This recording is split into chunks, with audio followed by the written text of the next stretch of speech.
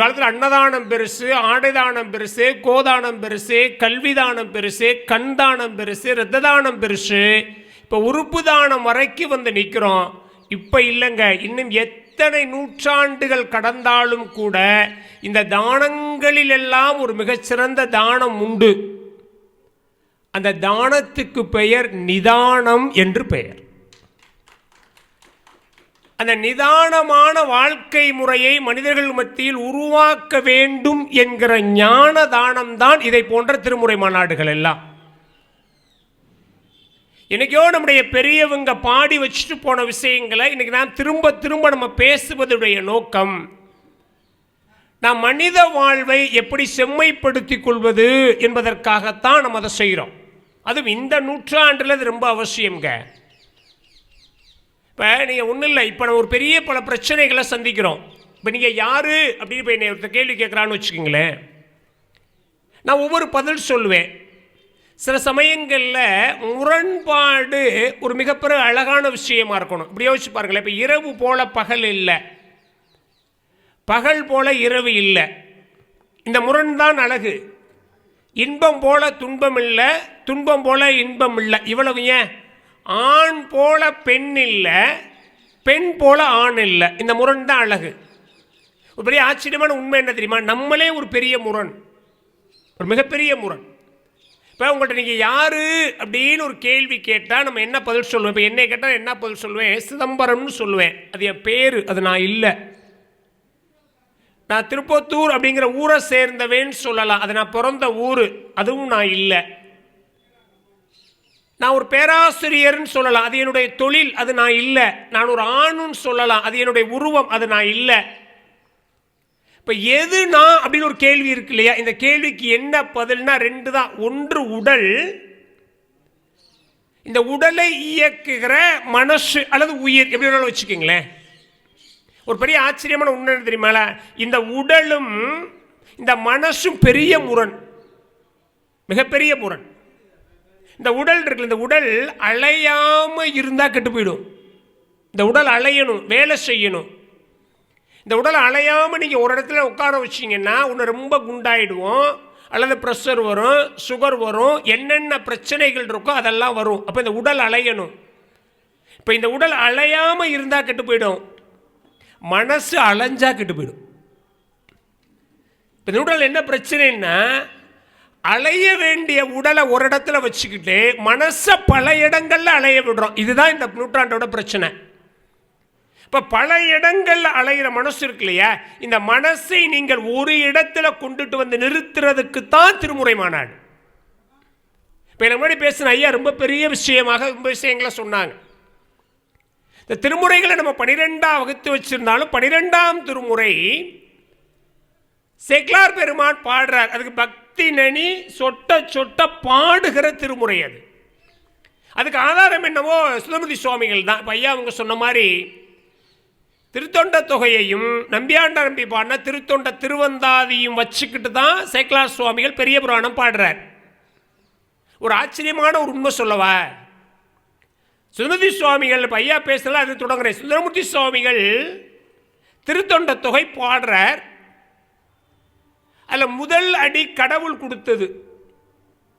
தில்லைவாழ் அந்தணர்தம் அடியார்க்கும் அடியேன் அப்படிங்கிற முதல் அடி இறைவனே எடுத்து கொடுத்த அடி. ரெண்டாவது அடிதான் சுந்தரமூர்த்தி சுவாமிகளோடது. திருநீலகண்டத்து குயவனார்க்கு அடியேன் என்கிற அடிதான் சுந்தரமூர்த்தி சுவாமிகள் எடுத்து போட்டு. நீங்க யோசிச்சு பாருங்களேன், பெரியபுராணம் சொல்ற அடியார்களில் அரசர்கள் உண்டு. பிறப்பால சுந்தரமூர்த்தி சுவாமிகள் அந்தணராக இருந்தாலும் கூட அரசரால் வளர்க்கப்பட்டவர் தான். சோழநாயனார் உண்டு, புகழ் சோழநாயனார் உண்டு, அரசர்கள் உண்டு, அந்தணர்கள் உண்டு, வேளாளர்கள் உண்டு, சைவ பிள்ளைகள் உண்டு.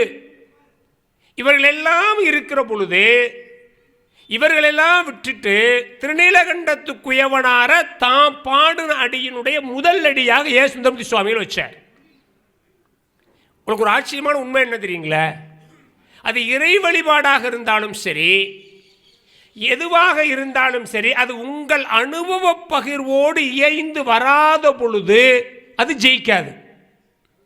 ஒரு எளிமையான உதாரணம் சொல்லவா? இப்போ இங்கே பக்கத்தில் திருவண்ணாமலை அருணகிரிநாத சுவாமிகள் என வாரியார் சுவாமிகள் சொல்கிறார், அருணகிரிநாத சுவாமிகள் சொல்கிறார். அருணகிரிநாத சுவாமிகள் முருகனை பாடுறார். எப்படி பாடுறார்? ஏறுமையில் ஏறுவிலை ஆடும் முகம் ஒன்று, ஈசருடன் ஞானமொழி பேசும் முகம் ஒன்று, கூறும் அடியார்கள் விலை தீர்க்கும் முகம் ஒன்று, குன்றுருவ வேல் வாங்கி நின்ற முகம் ஒன்று, மாறுபடு சூரரை வதைத்த முகம் ஒன்று, வள்ளியை மனம் புணர வந்த முகம் ஒன்று, ஆறுமுகமான பொருள் நீ அருள வேண்டும் ஆதி அருணாச்சலம் அமர்ந்த பெருமானே என்று முருகனோட 6 முகங்களை அருணகிரிநாத சுவாமிகள் பாடுறார். இதே 6 முகத்தை குமரகுரு சுவாமிகள் பாடுறார். அவர் என்ன சொல்றார்? வெவ்வசுரர் போற்றி செய்க்கும் வெஞ்சூரனை தடிந்து செவ்வுயிர் சிந்தும் திருமுகம், ஊழ்வினை மாற்றி உளவாத பேரின்ப வாழ்வு தரும் மலர்முகம், வடிக்கும் பழமரமிகள் ஆகமங்கள் யாவும் முடித்து வைக்கும் மலர்முகம், வந்தடியில் சேர்வோர் மகிழ வரம் வரவும் தந்தருளும் தெய்வ திருமுகத்தாமரையும் அவர் பாடுறார். இப்போ நான் என்ன கேள்வி கேட்குறேன்? 2 பேருமே முருகப்பெருமானுடைய 6 முகங்களை தான் பாடுறாங்க. ஆனால் அருணகிரிநாத சுவாமிகள் ஏறுமையில் ஏறிவிலை ஆடுமுகம் ஒன்று என்று தொடங்கி பாடுறார். குமரகுருபரர் வெவ்வசுரர் போற்றி செய்க்கும் வெஞ்சூரனை தடிந்து தெவ்வுயிர் சிந்தும் திருமுகம் என்று பாடுறார். ஏன் இந்த 6 முகங்களில் அடிப்படையில் வரிசைப்படுத்துகிற பொழுது ஏன் 2 பேர் வேறுபடுறாங்கன்னா 2 பேருக்குமான வாழ்வியல் அனுபவம் என்பது வேறு. நீ இப்படி கேள்விப்பட்டு பாருங்களேன், நம்ம எவ்வளவு தவறு செஞ்சாலும் கூட நம்முடைய தவறுகளை உடனே மன்னிக்கிற பண்பு யாருக்கு உண்டுனா குழந்தைகளுக்கு தான் உண்டு. அது 2 சண்டை போட்டுக்கிறோம். ஆனால் ஒரு அரை மணி நேரத்தில் பார்த்தீங்கன்னா 2 எது சண்டை போட்டுட்டு இருந்ததோ அந்த குழந்தைங்க சண்டையை மறந்து ஒன்றா சேர்ந்து விளையாடும். நம்மளாம் அப்படி தான் இருந்தோம். வளர வளரத்தான் வினையும் சேர்ந்து வளர்ந்துருச்சு. குழந்தைகளுக்கு தான் உண்டு. அருணகிரிநாதர் நமக்கு தெரியும், கொஞ்சம் நாகரிகமாக சொன்னால் அவர் கொஞ்சம் இன்பத்துறையில் எளியரானவர். ஒரு சூழலில் தான் செஞ்ச தவறுகளை உணர்ந்து மேலே இருந்து உயிரை மாய்த்து கொள்வது என்று அவர் முடிவு செய்கிற பொழுதே அவர் செய்த தவறுகளையெல்லாம் மன்னித்து அவரை ஏற்று அருள் செய்த முருகப்பெருமான் குழந்தை மனத்தோடு இருந்து ஏற்றதால அதை சொல்றார். முதல்ல ஏறுமையில் ஏறி விளையாடுகிற குழந்தை முகத்தை தொடங்குறார். குமரகுரு சுவாமிக்கு அப்படி வாங்களே, அவர் பிறந்ததுலேருந்து பேசலை. நம்ம எல்லாருக்கும் தெரியும். முருகப்பெருமான் கோயிலில் போய் திருச்செந்தூர் போய் அப்பா அம்மா நிற்கிறாங்க. எப்பா ஒரு குழந்தையை கொடுத்த ரொம்ப நாள் சென்று இந்த குழந்தை பேசாமல் இருக்கே, நீ தானே அருள் செய்யணும் அப்படின்னு ஒன்று முருகப்பெருமான் தன்னுடைய வேளால் அவர் நாவில் எழுதி அவருக்கு பேச்சு வந்தது. ஆனால் அவர் என்ன சொன்னார்? முருகனுக்கு எந்த நாவால் எழுதி பேச்சு வந்ததோ அது சிறப்புங்கிறதுனால வெவ்வசுரர் போற்றி இசைக்கும் வெம் சூரனை தடிந்து தெவ்வுயிர் சிந்தும் திருமுகம் என்று அவர் தொடங்கினார். ஏன்னா அசுரரை வதம் செய்தது எதுடைய சிறப்பு? வேலாயுதத்தினுடைய சிறப்பு. அப்போ அதை சொல்லி தொடங்குறார். அப்போ யாருமே அது வழிபாடாக இருந்தாலும் சரி தன் அனுபவத்தோடு இயைந்து வருகிற பொழுதுதான் அதை முழுமையுமாக பின்பற்ற முடியும். அப்படியே இங்கே வாங்கலை சுந்தரமூர்த்தி சுவாமிகளுக்கு அரசர்களை விட்டு அந்தணர்களை விட்டு வேளாளர்களை விட்டு திருநீலகண்ட குயவனாரை முதலில் வைத்ததற்கு அடிப்படை காரணம் அவரது வாழ்வியலோட தொடர்புடையது. அவர் என்ன பண்ணார்? கைலாயத்தில் ஆளாள சுந்தரராக சிவபெருமானுக்கு தொண்டு செஞ்சுக்கிட்டு இருந்தார். கைலாயம் எப்படிப்பட்ட இடம் அதை நம்ம தெரிஞ்சுக்கணும் இல்லையா? அப்போதான் நமக்கு தெரியும் கைலாயம் எப்படிப்பட்ட இடம். கைலாயம் சிவபெருமான் மன்மதனை எரிச்ச இடம். கதபுராணம் சொல்லும், விட்டவன் பகலியங்கும் வியத்தகு விமலின் மேல் பட்டதும் கைலை முற்றும் சூழ்களில் பறந்தது என்று கச்சேப சிவாச்சாரியர் எழுதுவார். மன்மதன் தன்னுடைய மன்மத பானத்தை சிவபெருமான் மேலே எஞ்ச உடனே சிவபெருமான் முழிச்சு பார்த்தாராம். அந்த நெற்றிக்கண்ணிலிருந்து பறந்த தீப்பொறி பட்டு மன்மத நெறிந்து அந்த நெருப்பு கைலை முழுமையும் பரவியது. இப்போ கைலாயம் எப்படிப்பட்ட இடம்? மன்மதனை எரிச்ச இடம். மன்மதனை எரிச்ச இடத்துல இருக்கிற சுந்தரமூர்த்தி சுவாமிகள் அங்கே இருந்த அணிந்து நிலை கலையை பார்த்து காம வயப்படுறார், மயங்குற. நடந்ததா இல்லையா? உங்களுக்கு ஒரு ஆச்சரியம் தெரியுமா? உங்களுக்கு காமம் எல்லாரையும் வளைச்சிடும். அது சாதாரண விஷயம் இல்லை. காமம் எல்லாரையும் வளைச்சிடும். காமத்தை யார் வளைக்கிறார்களோ அவர்களுக்குத்தான் காமகோடி என்று பெயர். நம்ம பெரிய குரு சன்னியானத்தில் இருக்கிறவங்களுக்கெல்லாம் காமகோடி பீடம்லாம் எழுதுறோம் இல்லைங்களா? ஏன் உங்களுக்கு கோடுதல்னா வளைத்தல்னு பொருள். அவங்களுக்கு ஏன் காமகோடினா காமத்தை வென்றவர்கள் என்று அர்த்தம். இப்போ சுந்தரமூர்த்தி சுவாமிகள் மன்மதனை சிவபெருமான் எரித்த இடத்தில் இருந்து கொண்டு அணிந்தினி கமலினி மேலே மையல் உருகிறார். அது எதற்குனா நமக்கு தான், நமக்கு திருத்தொண்ட தொகை கிடைக்கணும், நமக்கு பெரிய புராணம் கிடைக்கணும், அதுக்காக மையல் விடுறார். அப்போ அவருக்கு என்ன தோணுது, அது மன்மதரை எரித்த இடம், எரித்த இடத்தில் கூட நான் ஒரு 2 பெண்களை பார்த்து காமவயப்படுகிறேன். ஆனால் பூலோகம் என்பதே காமவயப்படுகிற இடம். இது மயக்கம்தான் உலகம், 5 கலந்த மயக்கம் தான் இந்த உலகம். நிலம், நீர், நெருப்பு, காற்று, ஆகாயம், 5 பூதங்கள் இருக்குல்ல, இந்த 5 பூதங்களுடைய மயக்கம் தான் இந்த உலகம். இந்த மயக்கம் நிறைந்த உலகத்தில் பிறக்கிற ஒரு உயிர் மயங்குவது என்பது இயல்பு. ஆனால் இந்த பூமியில் பிறந்தவர் யாரு? திருநீலகண்டத்து குயவனார். அவர் எப்படி இருந்தார்? அவர் இன்பத்துறையில் எளியராக இருந்தார். நீங்கள் ஒரு பெரிய புராணம், அதான் அவருடைய சேக்கிழாருடைய மிகப்பெரிய சிறப்பு. நீங்கள் தவறு செய்கிறாங்கன்னு வச்சுக்கோங்களேன், அவங்கள நீங்கள் திருத்தணும் அப்படின்னு முடிவு பண்ணால் என்ன செய்யணும்? அவர்களுக்கு எது ரொம்ப பிடித்தமானதோ அதன் மேலே சத்தியம் பண்ணணும் அல்லது சத்தியம் வாங்கணும். இவர் இன்பத்துறையில் எளியர் ஆனாருங்கிறதெல்லாம் உண்மைதான். ஆனால் அவருக்கு எதை பிடிக்கும்? சிவபெருமானை ரொம்ப பிடிக்கும், சிவநாமம் ரொம்ப பிடிக்கும். நீங்கள் நாமம் பெருசா நாமி பெருசான்னு கேட்டிங்கன்னா கடவுள் பெருசு இல்லை, கடவுள் நாமம் தான் பெருசு. வைஷ்ணவ சித்தாந்தத்தில் ஒன்று சொல்லுவாங்க, நாமியை பகைத்தாலும் நாமத்தை பகைச்சிக்காதேம்பாங்க. கடவுளை கூட நம்ம பகைச்சிக்கலாமா, ஆனால் யாரை பகைச்சிக்கப்படாது? கடவுளினுடைய நாமத்தை நம்ம பகைச்சிக்கப்படாது. ஏன்னா அவசரத்தில் ஓடி வந்து நமக்கு உதவி செய்கிறது கடவுள் இல்லை, கடவுளுடைய நாமம் தான். அதனால தான் மணிவாசகர் திருவாசகம் பாடுகிற பொழுது நமசிவாய வாழ்க, நாதன் தாழ் வாழ்க, இமைப்பொழுதும் என்னெஞ்சில் நீங்காதான் தாழ்வாழ்க, கோகலியாண்ட குறுமுடிமன் தாழ்வாழ்க என்ற ஒரு பாட்டு சொல்ல நேரம் இல்லை, அவர் பாடுறார். இப்போ முதல்ல நமசிவாய வாழ்க தான், நாமம் தான். அதுக்கப்புறம் தான் நாதன் தாழ் வாழ்க, அப்புறம் தான் இறைவனுடைய திருவடியை அவர் கொண்டாடுறார். இவர் இன்பத்துறையில் எளியரானவர் தான். அப்படின்னா இவருக்கு என்ன உண்டுனா இறைநாமத்தின் மேலே பெரிய நம்பிக்கை உண்டு. அந்த விஷயத்தை அந்த அம்மா கையில் எடுக்கிறா. எம்மை தீண்டுவிராயின் திருநீலகண்டம். உடனே அந்த உளவியல் உடனே வெற்றி பெற்ற இங்கே என்னைன்னு சொல்லாமல் எம்மைன்னு சொன்ன இல்லையா? நீ எப்போ எம்மைன்னு நீ பன்மையாக சொல்லிட்டியோ, இனிமே உன்னைய மட்டுமில்ல, இனி எந்த பெண்ணையும் தொடமாட்டேன் என்று காமவயப்படுகிற இந்த உலகத்தில் இன்பத்துறையில் எளியவராக இருந்த திருநீலகண்ட குயவனார் அந்த ஒரு சொல்லால் இதுதாங்க ஞானம். நான் அடிக்கடி சொல்லுவேன், இது ஞானம்னா வேற ஒன்றும் இல்லைங்க, கடவுள்தான் வேற ஒன்றும் இல்லை.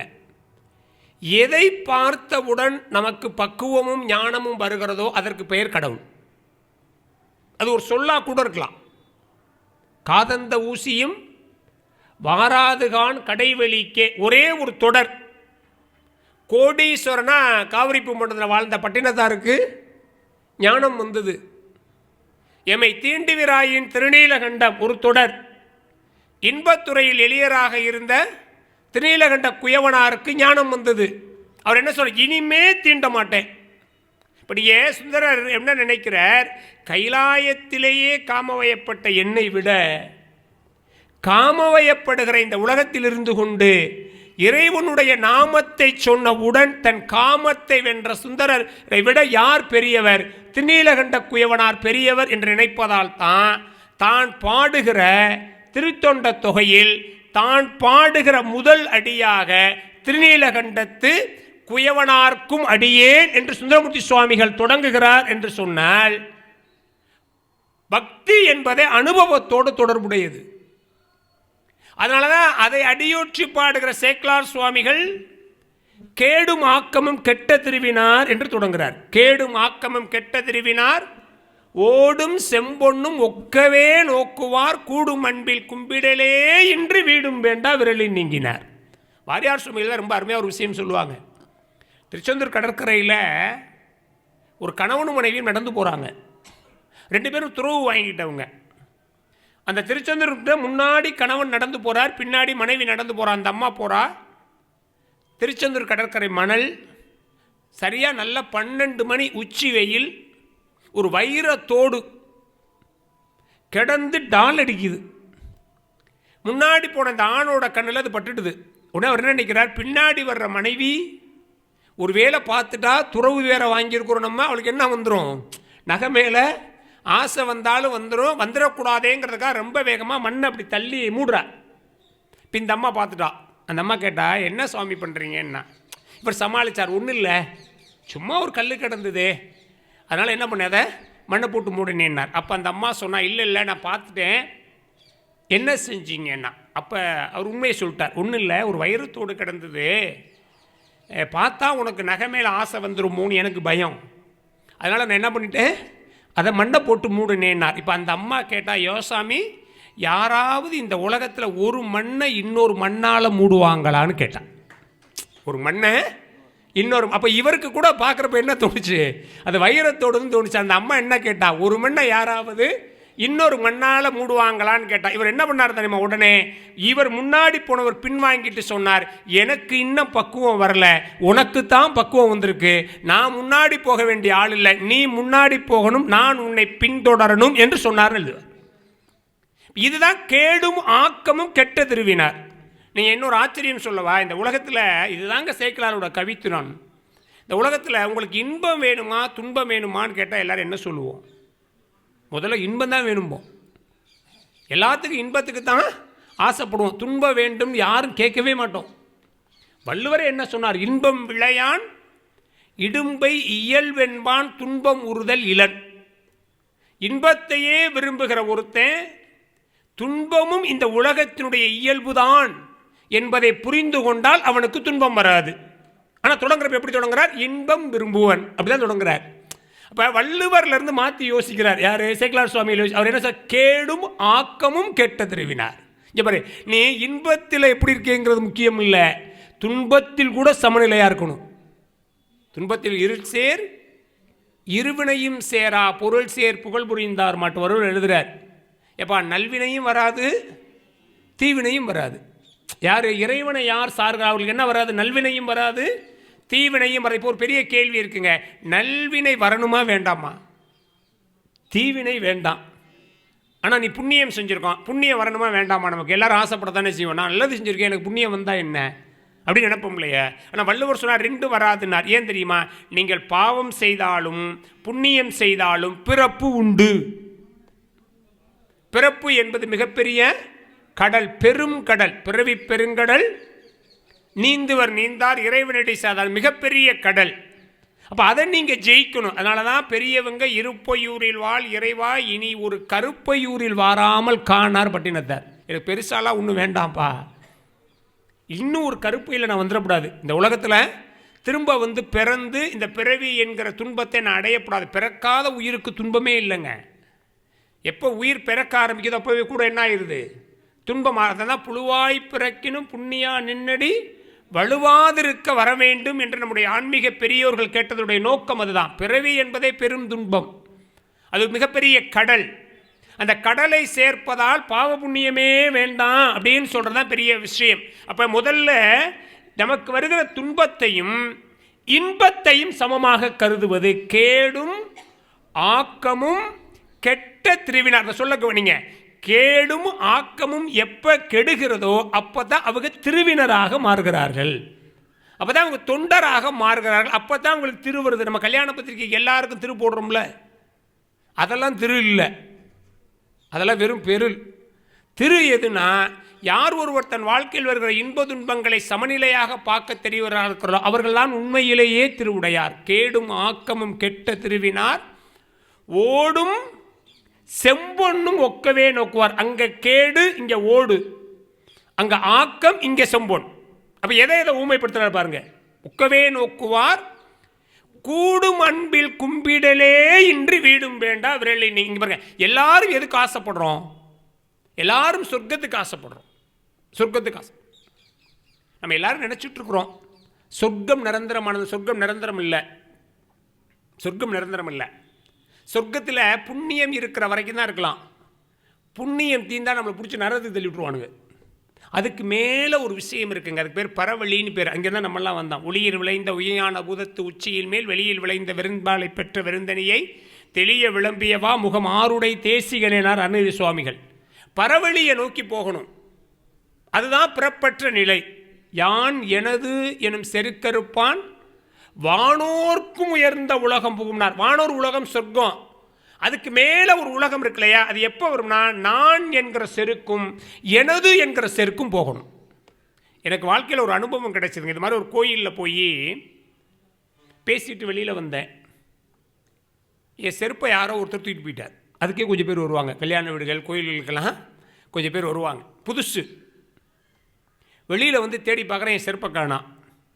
அப்போ ஒரு பெரியவர் என்கிட்ட வந்தார், வந்து கேட்டார், என்ன தேடுறீங்கன்னார். நான் சொன்னேன், ஒன்றும் இல்லை, என்னுடைய செருப்பை தேடுறேன். அப்புறம் சொன்னார், ஒன்றும் கவலைப்படாதீங்க, கோயில் வாசலில் செருப்பு தொலைஞ்சா நல்லது. நான் உண்மையிலே மனசுக்குள்ளே கேட்டுக்கிட்டேன், யாருக்கு நல்லது, யாருக்கு நல்லது? எடுத்துகிட்டு போனவனுக்கு வேணா அது நல்லதாக இருக்கலாம். 500 ரூபா செருப்பு, புது செருப்பு தொலைச்ச நமக்கு தானே அவருடைய கஷ்டம் என்னங்கிறது நமக்கு தெரியும். ஆனால் கிடைக்கல. ஆனால் பேருந்தில் போகிறப்ப நான் ஒரு சேர்த்து யோசிச்சுட்டு போனேன். பழமொழிகள் ரொம்ப பழையது. கோயில் வாசலில் செருப்பு துளைந்தால் நல்லது என்று ஒரு பழமொழி இருப்பதற்கு வாய்ப்பே இல்லை. இப்போ உண்மையில் என்ன பழமொழியாக இருந்திருக்கு தெரியுமா? கோயில் வாசலில் செருக்கு துளைந்தால் நல்லது என்பது பழமொழியாக இருந்திருக்கும். நான் என்கிற செருக்கு துளையணும், ஆணவம் போகணும். எவனோ ஒருத்தன் செருப்பு திருடுறதுக்கு வசதியா கோயில் வாசலில் செருப்பு துளைந்தால் நல்லது என்று தன்னுடைய பழமொழியை மாற்றிக்கிட்டான். எங்கே நம்முடைய செருக்கு அழிகிறதோ அங்குதான் கூடும் அன்பு வந்து சேரும். நீங்கள் செருக்கோடு செய்கிற வழிபாடுகள் எல்லாம் வெறும் புறச்சடங்குகளாக இருக்குமே தவிர அது வழிபாடாக இருக்காது. கும்பிடுவது தான் எனக்கு பெருசுப்பா, அதை தாண்டி வேற ஒன்றும் இல்லை, எனக்கு சொர்க்கமே வேண்டாம். கூடும் அன்பில் கும்பிடலே இன்றி வீடும் வேண்டா விரலின் நீங்கின. அது ஒரு கொள்கை, அது ஒரு கோட்பாடு. எனக்கு என்ன பெரிய விஷயம்? இறைவனை வணங்குவதை விட இந்த உலகத்தில் எனக்கு பெரிதாக வேறு ஒன்றும் இல்லை. வைஷ்ணவத்தில் சொல்கிறாங்கல்ல, பச்சை மாமலை போல் மேனி பவளவாய் கமலச்செங்கன் அச்சுதா அமரரே ஆயர்தம் கொழுந்தே என்னும் இச்சுவை தவிர யான் போய் இந்திர லோகமாலும் அச்சுவை பெறினும் வேண்டேன் அரங்கமா நகருளானே. எனக்கு இங்கே உன்னை கும்பிடுற இந்த அன்பை, இந்த மகிழ்ச்சியை, இந்த சந்தோஷத்தை விட சொர்க்கலோகம் எனக்கு பெரிது இல்லை என்று நினைக்கிறவர்கள் தான் திருவுடையார். இந்த திருவுடையார்களுக்கு அருள்பவர் தான் இறைவன். எந்த இறைவன்? உலகலாம் உணர்ந்து ஓதற்கரியவன். நம்ம ரொம்ப பெருமையாக ஒரு விஷயம் சொல்லிக்கலாங்க. இந்த உலகத்திலேயே இந்த உலக புதுமை இருக்குல்ல, அதை பற்றி பேசுனது நம்ம மட்டும்தான். ஒரு 2000 வருஷத்துக்கு முன்னாடி ஒரு சின்ன கிராமத்தில் பிறந்த ஒரு மனுஷன் என்ன எழுதுறான்? யாதும் ஊரே யாவரும், அது பக்கத்தில் இருக்கேனா, எங்கள் ஊர்லேருந்து ஒரு 20 கிலோமீட்டர் அந்த ஊர். யாதும் ஊரே யாவரும் கேளீருங்கிறான். அகர முதல எழுத்தெல்லாம் ஆதிபகவன் முதற்றிய உலகுங்கிறார் வள்ளுவர். உலகம் யாவையும் தாமுளவாக்களும் நிலைபெறுத்தலும் நீக்களும் நீங்களா அழகிலா விளையாட்டுடையார் அவர் தலைவர் அன்னவர்கேசரன் நாங்களே என்று எழுதுகிறார் கம்பர். உலகலாம் தோதற்கரியவன் நிலவுலாவிய நீர்மலிவேணியன் அழகிற் சோதியன் அம்பலத்தாடுவான் மலர் சிலம்படி வாழ்த்தி வணங்குதும் என்று எழுதுகிறார் சேக்கிழார் சுவாமிகள். உலகலாம் உணர்ந்து ஓதுதற்கு அறியவன். யார் அந்த கடவுள்? உலகலாம் உணர்ந்து ஓதுதற்கு அறியவன். நம்முடைய பெரிய சிறப்பு என்னன்னா, நல்லதை நம்ம உலகத்துக்கு கொடுப்போம், மற்றதெல்லாம் கெட்டதை தான் உலகத்துக்கு கொடுப்பான். நம்ம மட்டும்தான் தென்னாடுடைய சிவனையை போற்றி எந்நாட்டவர்க்கும் இறைவா போற்றி. இந்த உலகம் இருக்குல்ல, இந்த உலகம் எல்லாம் ஒரு உலகம். எத்தனை உலகம் இருக்கதாக நீங்கள் கருதுகிறீர்களோ அந்த உலகம் எல்லாம் உணர்ந்து ஓதுதற்களே. முதல் பாட்டு அருமையான பாட்டுங்க. நீங்க உணராமல் ஓதி ஒரு பயனும் இல்லை. உணர்ந்து ஓதுதல் என்பதை நம்ம புரிஞ்சுக்கணும். வாழ்த்த வாயும் நினைக்க மடநெஞ்சும் தாழ்த்த சென்னியும் தந்த தலைவனை. நம்ம நிறைய பேர் வாய் கொடுத்தது சாப்பிட்றதுக்குன்னு நினச்சிக்கிட்டு இருக்கிறோம். அது இல்லையா. இறைவனை வாழ்த்துவதற்கு வாயும், அவனை நினைப்பதற்கு மடநெஞ்சும், தாழ்த்துவதற்கு சென்னியும் தந்த தலைவன். நீங்கள் 1 மணி நேரம் வழிபாடு செய்யணுங்கிறது இல்லைங்க. 1 நிமிடம் வழிபாடு செஞ்சால் கூட அந்த உணர்ந்த வழிபாடாக இருக்கணும். உணர்ந்து ஓதணும், வாய் விட்டு சொல்லணும். நமசிவாய வாழ்கிறத வாய் விட்டு சொல்லணும். அதனால் நம்முடைய திருமுறை பாடல்கள் எல்லாமே பண் சுமந்த பாடல்கள். மணிவாசகர் சொல்கிறார்ல, பண் சுமந்த பாடல் பரிசு படைத்தருளும் பெண் சுமந்த பாகத்தன் பெம்மான் பெரும் துறையான் பின் சுமந்த கீர்த்தி வியன் மண்டலத்து ஈசன் கண் சுமந்த நெற்றி கடவுள் களிமதரை மண் சுமந்து கூலி கொண்டு அக்கோளால் முத்துண்டு புன் சுமந்த பொன்மேனி பாடுதுங்கான் அம்மானா என்று கொண்டாடுறார். இதெல்லாம் பண் சுமந்த பாடல், உணர்ந்து ஓதணும். இந்த பாட்டில் ஒரு பெரிய நுட்பம் என்ன தெரியுங்களா? முதல் பாட்டுங்க, அதுவும் இறைவணக்கமாக தொடங்குற பாட்டு. அதிலே அவர் குறிப்பாக ஒரு விஷயம் சொல்கிறார் சேக்கிழார் சுவாமிகள். இந்த பாட்டில் இருக்க எழுத்து இருக்குல்ல, இந்த எழுத்தை நீங்கள் பிரித்து பார்த்தீங்கன்னா மிகச்சரியாக 72. பெரிய புராணத்தில் இருக்கக்கூடிய அடியார்கள் எண்ணிக்கை சரியாக 72. இந்த பாட்டை பதம் பிரிச்சிங்கன்னா மிக சரியாக 72 பாட்டு, 72 எழுத்து இதில் இருக்கும். ஒருவேளை நீங்கள் பதம் பிரிக்கலேன்னு வச்சுக்கோங்க, மிக சரியாக 63 இருக்கும். மிகச்சரியாக முதல் பாட்டே ரொம்ப நுட்பமாக பாடின பெருமை சேக்கிழார் சுவாமிகள் உண்டு. இன்னொரு பெரிய நுட்பம் உண்டு. நம்முடைய மந்திரங்களிலேயே மிக பிரணவ மந்திரம் எதுனா ஓம் என்பது மிக பெரிய பிரணவம்.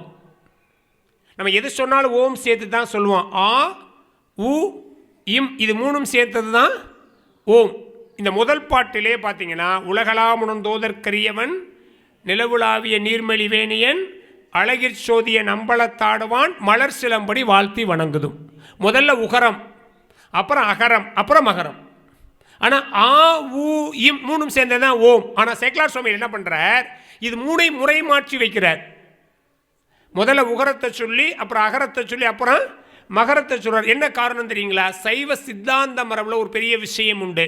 நீங்கள் பிரணவத்தினுடைய பொருளை நீங்கள் புரிந்து கொள்வதானால் ஒரு குருவின் மூலமாகத்தான் புரிஞ்சுக்கணும்.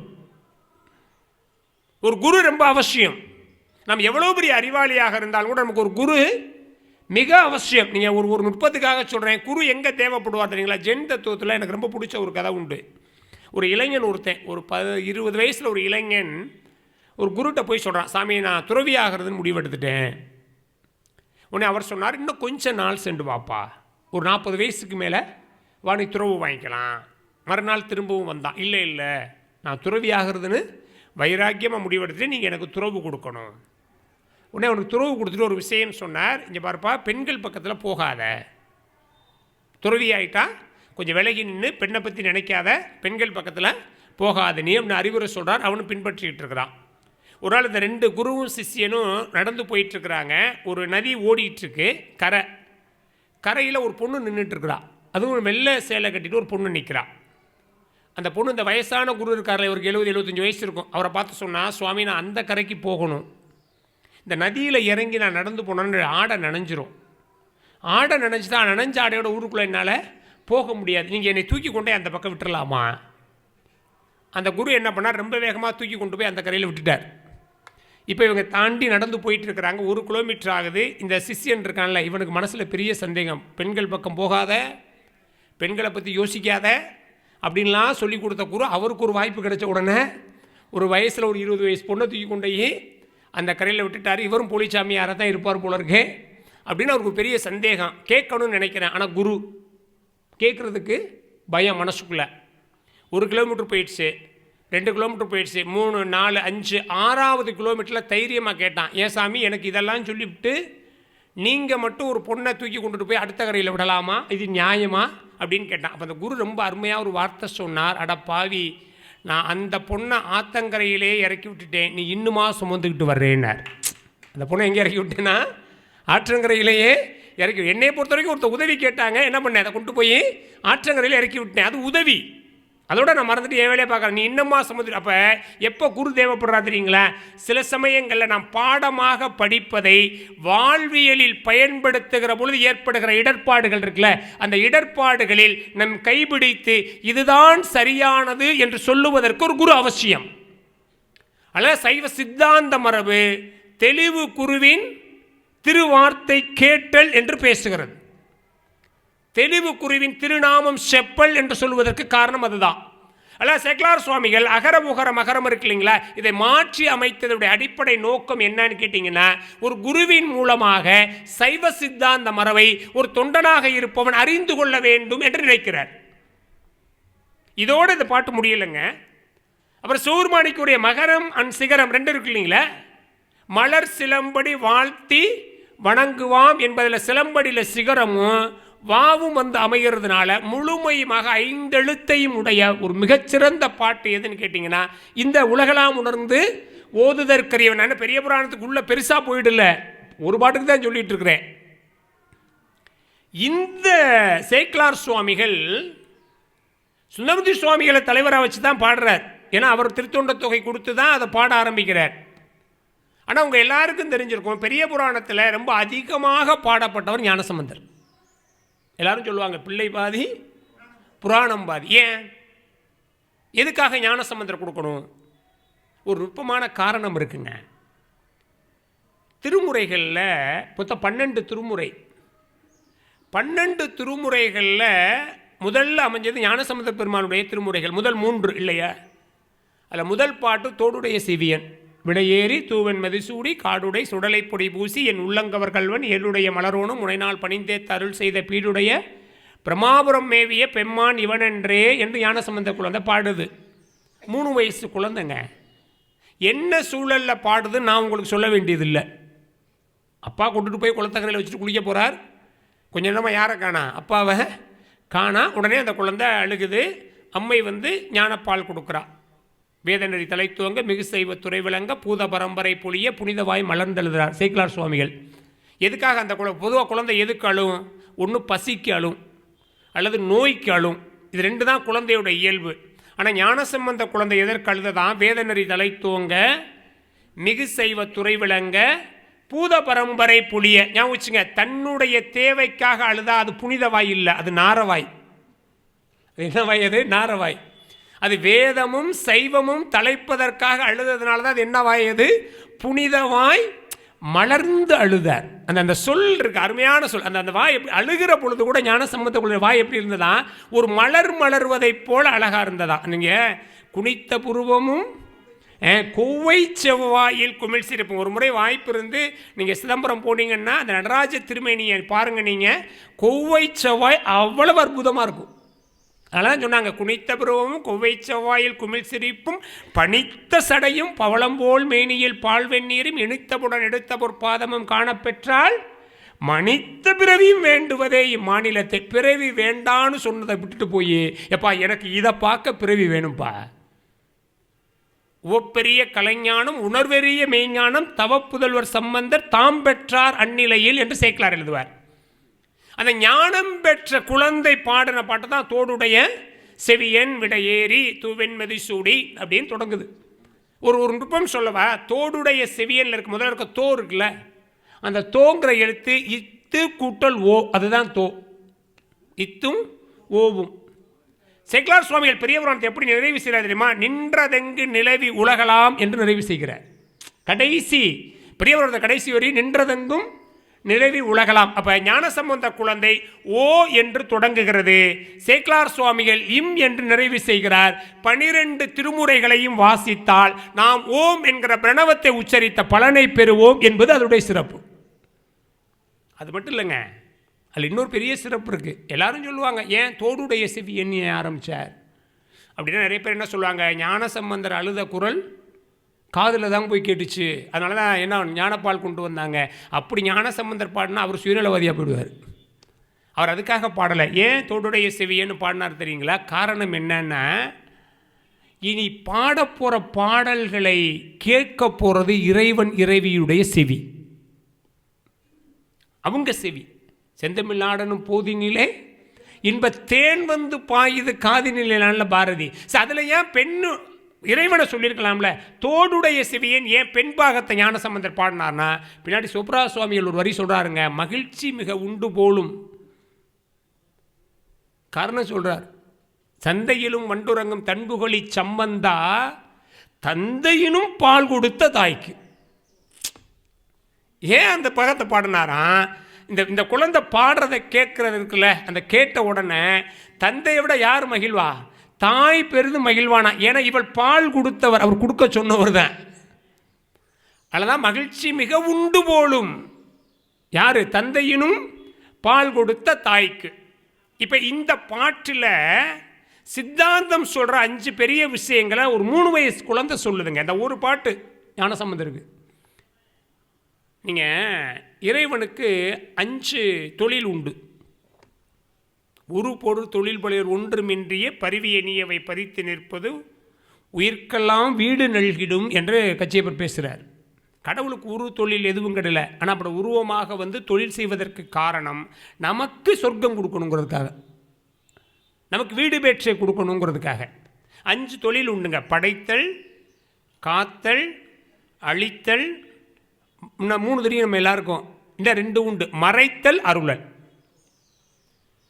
படைத்தல், காத்தல், அழித்தல், மறைத்தல், அருளல். இதுதான் சிவம். சிவன் தான் பிரம்மனாக படைக்கிறான். நம்ம தெரியாமல் சொல்லிட்டு இருக்கிறோம் பிரம்மா படைக்கிறார்னு. இல்லை, சிவன் தான் பிரம்மனாக படைக்கிறான். சிவன் தான் திருமாலாக காக்கிறான். சிவன் தான் ருத்ரனாக அழிக்கிறான். சிவனாக அழிக்கிறது இல்லை. சிவனால் 5 தொழிலும் செய்ய முடியும். அழித்தல் கடவுள் சிவன் இல்லை. நம்ம நிறைய பேர் அப்படி நினச்சிட்டு இருக்கிறோம். இல்லை, அழித்தல் கடவுள் ருத்ரன். அதனால தான் நீங்கள் இது உலகத்திலேயே அணையாமல் எரிஞ்சு கொண்டிருக்கிற சுடுகாடு எதுனா காசி தான். காசிக்கு இன்னொரு பேர் என்ன தெரியுங்களா? ருத்ரபூமி. ஏன்னா அது அழிக்கிற பூமி. அதனால் அதுக்கு இன்னொரு பேர் ருத்ரபூமின்னு பேர். அப்போ சிவன் தான் பிரம்மனாக படைக்கிறான். சிவன் தான் திருமாலாக காக்கிறான். சிவன் தான் ருத்ரனாக அழிக்கிறான். சிவன் தான் மகேசனாக மறைகிறான். சிவன் தான் சதாசிவனாக அருள்கிறான். எல்லாம் சிவத்தினுடைய வடிவம் தான். இந்த 5 தொழில் இருக்குல்ல, இந்த 5 தொழிலும் ஞானசம்பந்தர் பாடின இந்த ஒரு பாட்டில் இருக்கு. எங்கே இருக்கு?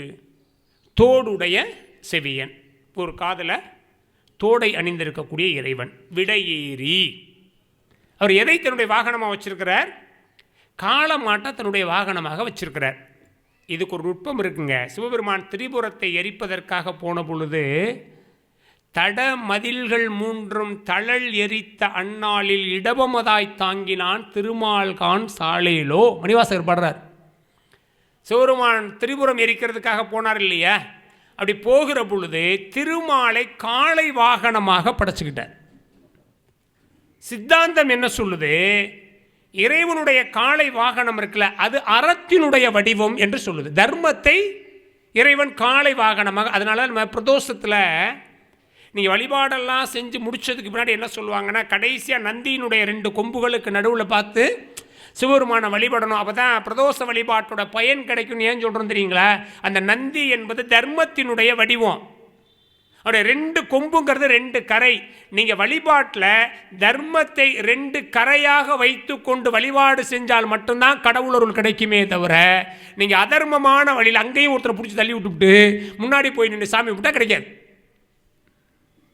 அப்போ இறைவன் ஒன்று திருமாலையோ, திருவாசகம் சொல்கிற மாதிரி திருமாலையோ, அல்லது சித்தாந்தம் சொல்கிற மாதிரி அறத்தையோ தன்னுடைய வாகனமாக படைத்து கொண்டு அதன் மீது ஏறி அருள் செய்பவர். படைத்தல் வந்துருச்சா? விடையேறி தூவெண் மதிசூடி. அடுத்து என்ன சொல்லியிருக்காரு? அதில் தன்னுடைய நெற்றியில் பிறைச்சந்திரனை சொல்லியிருக்கார். இது ஒரு கதைங்க, நேரம் இல்லை, நல்லா சுருக்கமாக சொல்கிறேன். ஒரு ரிஷிக்கு 27 பிள்ளைங்க, நட்சத்திரம் தான், வேறு ஒன்றும் இல்லை. நமக்கு கதை முக்கியம் இல்லை, பின்னாடி இருக்க மெசேஜ் தான் முக்கியம். இந்த 27 பிள்ளையும் சந்திரனுக்கு கல்யாணம் பண்ணி கொடுத்தார். நீங்கள் இயல்பாகவே யோசிச்சு பாருங்கள். 27 பிள்ளையும் சந்திரனுக்கு கல்யாணம் பண்ணி வச்சா எந்த பிள்ளை அழகாக இருந்திருக்கும்? கட்டாயமாக கடைசி பிள்ளை தான் அழகாக இருந்திருக்கும். அந்த பிள்ளை மேலே மட்டும் அவன் ரொம்ப அன்பாக இருந்தேன். மற்ற 26 போய் அப்பா கிட்ட அழுதுச்சு. உடனே மாமனார் சொன்னார், மாப்பிள்ளை நான் ஒரு பிள்ளை இல்லை 27 பிள்ளையை கட்டி கொடுத்துருக்கேன். 27 பிள்ளை நீ என்ன பண்ணிக்கணும்? பாசமாக பார்த்துக்கணும். சரி மாமானா போன உடனே பழையபடி ஆரம்பிச்சிட்டேன். அவர் சிவபெருமான்கிட்ட வர வாங்கினவர். அவர் கோவம் வந்துருச்சு. இங்கே பாரு, நீ அழகாக இருக்கிற, சந்திரனாலே அழகு தானே, நீ அழகாக இருக்கிற, என்னுடைய கடைசி மகளும் அழகாக இருக்கிற திமிரில் தானே நீ இதை செய்கிற, உன்னுடைய அழகு கொஞ்சம் கொஞ்சமாக அழிஞ்சு போகட்டும். அவன் நேர பிரம்மாட்ட ஓடுறான். ஓடி காப்பாற்றுங்கண்ணா. அவர் சொன்னார், இங்கே பாருப்பா, அவர் சிவபெருமான்கிட்ட வர வாங்கினால அது சுப்ரீம் கோர்ட்டு, நாங்கள்லாம் வெறும் டிவிஷன் கோர்ட்டு, நாங்கள் ஒன்றும் பண்ண முடியாது. அந்த தீர்ப்பை எங்களால் என்ன பண்ண முடியாது, நாங்கள் மாற்ற முடியாது. மாற்றினா அவர் மாற்றினா தான் உண்டு. திருமால்கிட்ட ஓடினா, திருமாலும் அதே தான் சொன்னார், என்னால் ஒன்றும் பண்ண முடியாது. எப்படி ஒவ்வொரு தேவர்கள்ட்டையா ஓட ஓட தேஞ்சிக்கிட்டே இருந்தான். கடைசியாக சிவபெருமான்கிட்ட ஓடுறான். ஓடி போய் நீங்கள் தான் காப்பாற்றணும்னா அவர் தூக்கி தன்னுடைய சடாமுடியில் வச்சுக்கிட்டார். காத்தாச்சா? விடையேறி தூவென் மதிசூடி. அப்போ அவர் கேட்டார் அந்த துறவி, நீ தானே வரம் கொடுத்த, உன் வரத்தை வச்சு தானே சாபம் கொடுத்தேன், அப்புறம் அவனை சாபம் பழிக்காமல் செய்கிறது என்ன நியாயம்னார். அதான் சொன்னார், பொண்ணும் கவலைப்படாத, ஒரு நாள் உன் சாபத்தின்படி இல்லாமல் போயிடுவான். ஏன்னா உலக இயக்கத்துக்கு அவன் வேணும். ஓ நன்மையா பொது நன்மையான்னு பார்த்தா எதைத்தான் பார்க்கணும்? பொது நன்மையை தான் பார்க்கணும். தனிப்பட்ட நன்மையை பார்க்கக்கூடாது. இப்போ விடையேறி தூவன் மதிசூடி, இப்போ விடை வாகனத்தில் படைத்தல், தூவன் மதிசூடி காத்தல். தோடுடைய செவியன் விடையேறி தூவன் மதிசூடி காடுடைய சுடலை பொடி பூசி. சௌர்மான் எதை பூசியிருக்கிறார்? உடம்பெல்லாம் சுடுகாட்டு சாம்பலை பூசியிருக்கிறார். கோயில் சுடுகாடு கொள்புளித்தோர் நல்லாடை தாயுமிடி தந்தையிலி தான் தனியன் காணேடி. மணிவாசகர் எழுதுகிறார். சௌர்மானுக்கு எது கோயில்? சுடுகாடு தான் கோயில். எது ஆடை? புலியினுடைய தோல் தான் ஆடை. தாயுமிழி தந்தையிலி, அவன் தாயும் தந்தையும் இல்லாதவன். ஆதியும் அந்தமில்லா அருட்பெரும் ஜோதியே யாம்பாட கேட்டையும் வல்லடங்கன் மாதே இன்னும் வளருதியோ வன்செவியோ நின்செவிதான் மாதேவன் வார்களல்கள் வாழ்த்திய வாழ்த்துளி போய் வீதிவாய் கேட்டலுமே வெவி வெவி மெய்மறந்து போதார் அமளியின் மேல் புரண்டிங்கள் ஏதேனும் ஆகா கிடந்தா ஏதோ எந்தோழி பரிசொலோர் எம்பாவாய் என்று திருவாசகம் சொல்லுது இல்லைங்களா? அவன் ஆதியும் அந்தமும் இல்லாத அருட்பெரும் ஜோதி.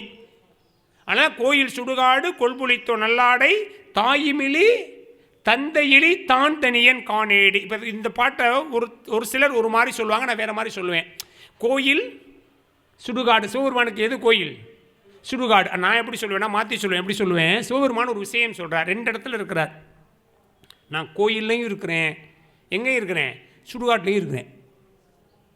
கொஞ்சம் பேர் என்ன பண்ணுறான், கடவுள் இல்லைன்னு சொல்லி கோயிலுக்கு வரமாட்டேங்கிறேன்.